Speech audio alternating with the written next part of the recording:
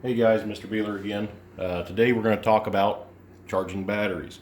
So in the previous video we talked about basics of batteries, how to check the battery, hold downs and other such stuff. Today we're going to talk about properly charging a battery.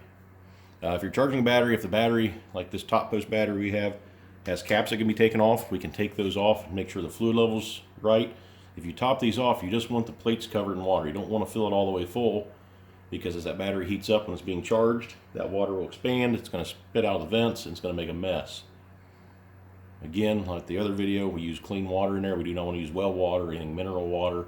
Those minerals can get deposited on the plates and cause problems in our battery, shorten the life of the battery. So this top post battery we have is a little low. I think it tested like 12.4 volts. 12.65 is a full charge battery. So there's different types of chargers. This is an old box type charger I've had for years. I think I give $1 for that at an auction because the wheels were missing, but it still works. Has a timer on it, so you can set this thing as a timer. So if you're doing something else in the shop, you can set it and say, hey, I don't want to leave this thing run the whole time and forget about it and burn the building down. They have a timer. They also have a set spot on there you can set it. It'll stay held there. There's an amp meter, shows how much amperage the battery, how much charge as far as amperage flow to the battery. And then we have settings on here. They're kind of hard to see because this is rusty, but we have 6 volt, and there's a couple different 12 volt settings on here.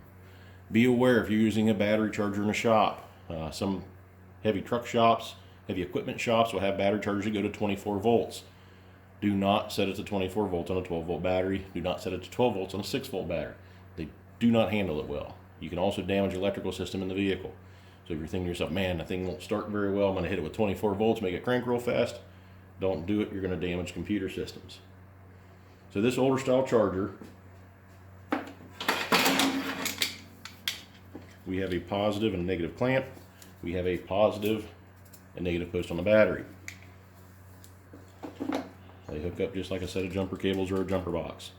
Now, when you're hooking a charger up, make sure the charger is off and it is unplugged.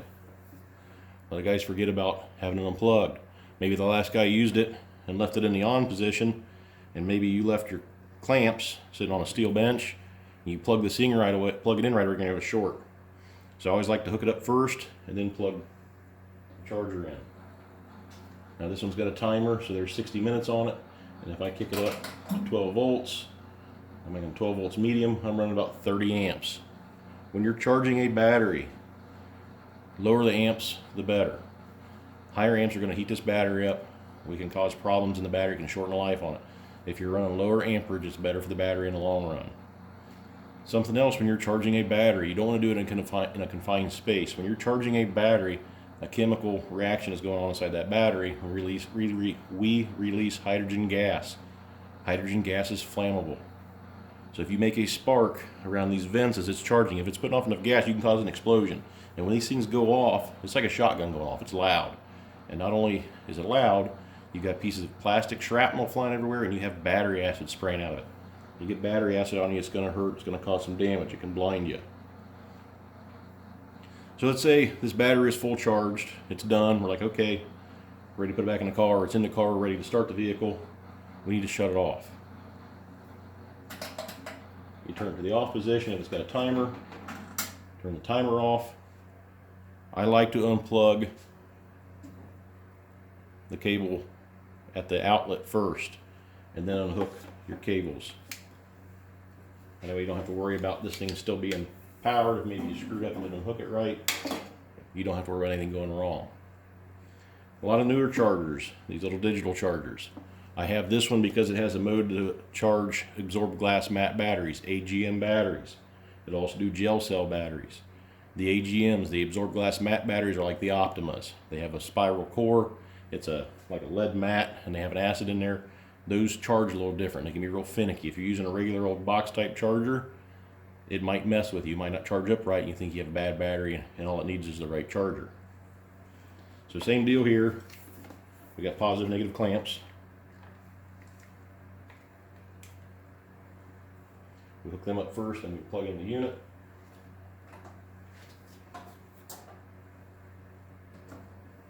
And the nice thing about these, if you hook it up backwards, it's going to tell you check connections.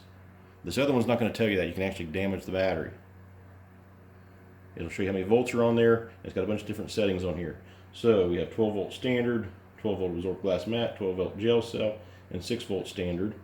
We also have different amperage settings. So there's a 2 amp. This is a slow charge. There's a 15 to 40 amp charge, and there's a 125 amp boost option. The 125 amp boost option is not for charging the battery. It's for a vehicle you're trying to jump start. So it's kind of like our jump packs we use in lab. You can set it to 125 volt, and you can jump start that vehicle and get it going. So this one, if we wanted to charge, I want to do a 15 amp charge. This unit checks the battery for shorts internally, and then it kicks on, and you'll notice the volts start to climb on it. These things will charge at 13 to 14 volts. The full charge battery will be 12.65 when we're done.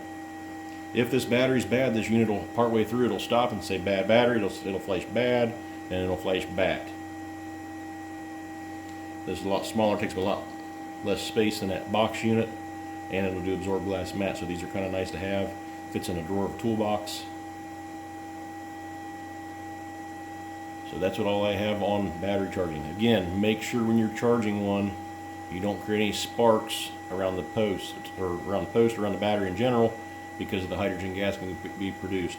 So if I were to walk up right now and unhook the negative clamp or positive clamp, I'm going to create some sparks there, and that's a really good possibility. If I light that hydrogen off, I'm going to have an explosion. So that's all I have on chargers today. I will talk to you guys next time.